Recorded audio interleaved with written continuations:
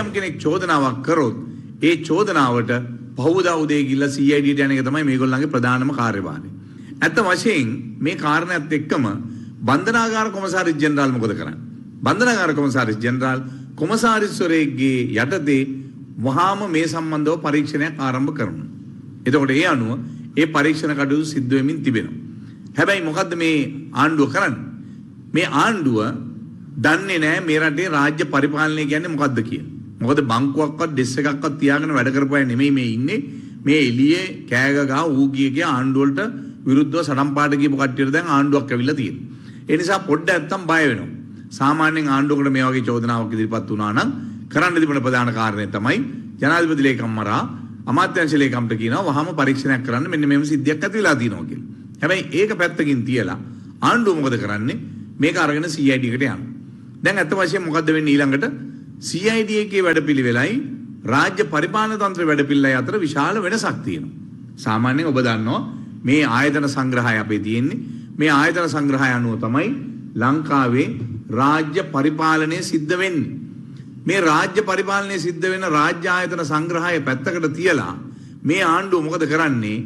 මේ ආණ්ඩුව එහෙම පිටින්ම මේක CID එකට නැත්නම් අපරාධ පරීක්ෂණ දෙපාර්තමේන්තුවට මේ ප්‍රශ්නේ බාර දෙනවා. මේක තමයි තියෙන ප්‍රධාන ප්‍රශ්නේ. එතකොට සාමාන්‍යයෙන් අපි දන්නවා ආයතන සංග්‍රහය අනුව කරන්න තිබුණ ප්‍රධාන කාර්යභාරය තමයි මේ අයට විරුද්ධව යම්කිසි මූලික පරීක්ෂණයක් කරන්න තිබුණා. හැබැයි ඒ මූලික පරීක්ෂණ සියල්ල පැත්තකින් තියලා ආණ්ඩුව මොකද කරන්නේ? මේ ආයතන සංග්‍රහයේ 27 වෙනි වගන්තිය යටතේ මේ රටේ බන්ධනාගාර කොමසාරිස්ගේ වැඩ සේවය අත්හිටවන්න වැඩ කටයුතු ටික කරනවා. අනිවාර්යෙන් නිවාඩු යවනවා. මේක සම්පූර්ණයෙන් වැරදි. මොකද හේතුව මේ ක්‍රියාදාමයට පෙර ආතුව සාමාන්‍යයෙන් රාජ්‍ය ආයතනක ප්‍රධානියෙක් සම්බන්ධව ගන්නකොට ඒ අමාත්‍යාංශය හරහා මේ සම්බන්ධව මූලික පරීක්ෂණයකින් අනතුරුව ඒ මූලික පරීක්ෂණයේ වාර්තාව රාජ්‍ය පරිපාලන අමාත්‍යවරයාට ඇවිල්ලා රාජ්‍ය පරිපාලන අමාත්‍යවරයා තමයි මෙය සාමාන්‍යයෙන් කැබිනට් මණ්ඩලයට ඉදිරිපත් කරන්න ඕනේ මූලික පරීක්ෂණයකින් පස්සේ. ඕනෑම වරදක් කෙනෙක්ව ආරක්ෂා කරන්න ආණ්ඩුවේ ප්‍රතිපත්තියක් නැහැ. ආණ්ඩුව මේ අපි මාස 7ක් 8ක් දැන් ආණ්ඩුව පාලනයේ තියෙනවා. ඒ ඕනෑම තාරාතිරමක කෙනෙක් වරදක් කරොත් අඩුපාඩුවක් වුණොත් ඒ පිළිබඳව ආණ්ඩුව ක්‍රියාමාර්ග ගන්නවා. ඒකට අපේ පක්ෂයේ වුණත් වෙන පක්ෂයක වුණත් එහෙම නැත්නම් රාජ්‍ය නිලධාරියෙක් වුණත් තරාතිරම බලන්නේ අපි ඒ වරදක් නම් වරදට අදාළව අපි නිශ්චිත ක්‍රියාමාර්ග ගන්න. තුෂාර උපුල්දෙනිය මහත්තයාට තියෙන්නේ එතුමා කරන ලද ක්‍රියාවක ප්‍රතිඵලයක් තමයි දැන් මේ නීතිමය ක්‍රියාමාර්ග අරගෙන තියෙන්නේ. ඉතින් නීතිමය ක්‍රියාමාර්ග අරගෙන තියෙනවා. නීතිය ඇතුලේ ප්‍රශ්නේ විසඳෙනවා.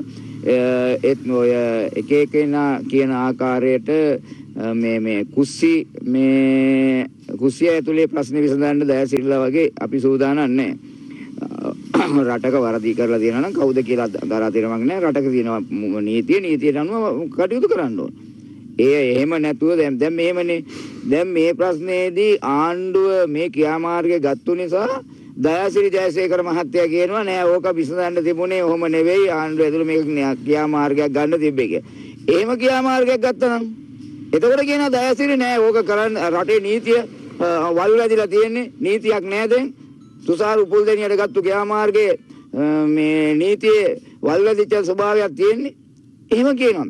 ඒ නිසා මේ අර කනකොට කබර ගෝයක් තල ගෝයා වෙන න්‍යායෙන් තමයි දයාසිරි ජයසේකර උත්තර දෙන්නේ.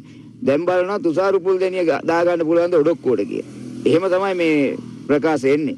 ඒ නිසා අර කනකොට කබර ගෝයා තල ගෝයා වෙන න්‍යායෙන් උත්තර දෙන දයාසිරිලාගේ ප්‍රකාශවලට අනුව නෙවෙයි අපි කටයුතු කරන්නේ ආණ්ඩුවේ ප්‍රතිපත්තිමේ කරුණු මත තමයි අපි ඕනෑම ක්‍රියාමාර්ගයක් කරන්නේ. ඉතින් නීතියට බාර දීලා තියෙන නීතිය ඇතුළේ මේ ප්‍රශ්නේ විසඳේ.